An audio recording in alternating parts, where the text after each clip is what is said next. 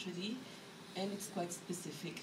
The latter part is quite specific. What are your plans for the OFWs? Most of the presidential candidates say we'll bring them home.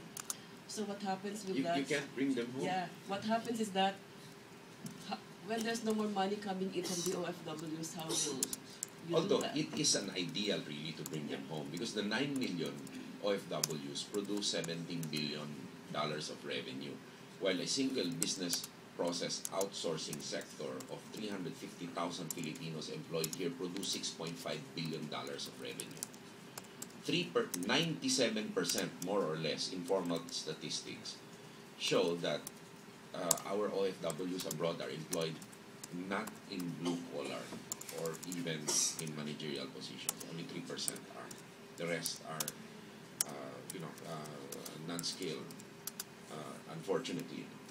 And people who are trained to be skilled are employed in other jobs. However, let's be very realistic about it.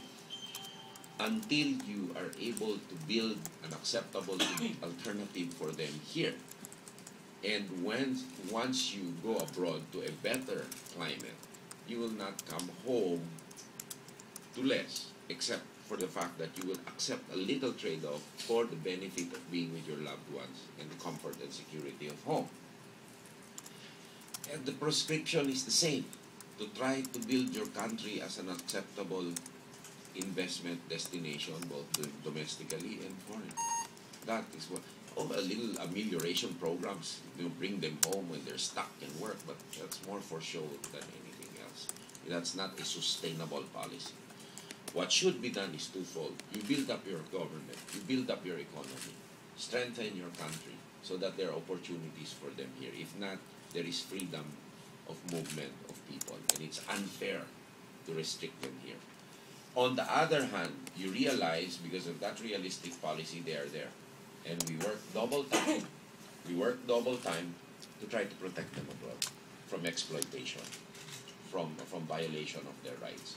Unfortunately, I've seen several times, that's why some politicians are constrained also to bring them home. And I don't know why, I want to find out why. Ambassadors, they're stuck in Philippine embassies, and the ambassadors have to shell out their own personal money sometimes to feed them, because of the differing policies of countries that you have to pay not only for their ticket, but sometimes an exit visa, which can cost $1,000 per person, etc. So I think it's a very difficult problem, because you would like to keep them here naturally, but you cannot restrict. You cannot prevent them. You can only take such measures as will enhance protection for them. But once they're abroad and they get a tempting offer somewhere else, which also the Philippine government does not recommend them to do, and they do it, you're still stuck, because the government still has to bring them home at a painful cost at times. This guy Angelo de la Cruz, who became a hero here, is one example.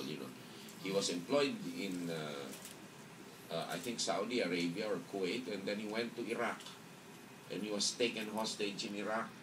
And the government, I believe, had to take some measures which are not too popular with the international community to bring him home. And we treat him like a hero. I mean, problems like this will arise. At the end of the day, even though the government doesn't want, for lack of doing anything, at the end of the day, bag ends up in your lap. Yeah, the follow-up specific question to that is, do you have statistics of Filipinos abroad who are languishing in jail, who have cases? I really don't have that. What will you do? I really don't have statistics. But one thing that the Filipinos must realize, when you go to a foreign jurisdiction, you are subject to the law of that jurisdiction. What the Philippine government can do is to try to help you protect your rights. But it cannot guarantee two things. It cannot guarantee a decision that will be made in your favor, and it cannot guarantee also that you will go scot-free if you commit something wrong. That should be a fair trade-off. Before you go abroad, it is your obligation to know what kind of legal regime you face. at the starting point also several, like you go into Malaysia, death for drug traffickers, things like that. It is their responsibility to know. And those going to be deployed cannot say they cannot read and write and they have no access to the internet cafes. They do. So, a question of a person languishing in jail, the only thing that the Philippine government can do is to try its best to protect their rights. Now, several times through the intercession of leaders of countries, there have been payment of blood oaths and the like.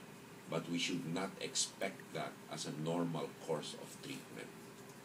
We should expect the reality that when we're somewhere else, we're subject to that else's law, not our own. Okay, let's move on. Rodora, you're next.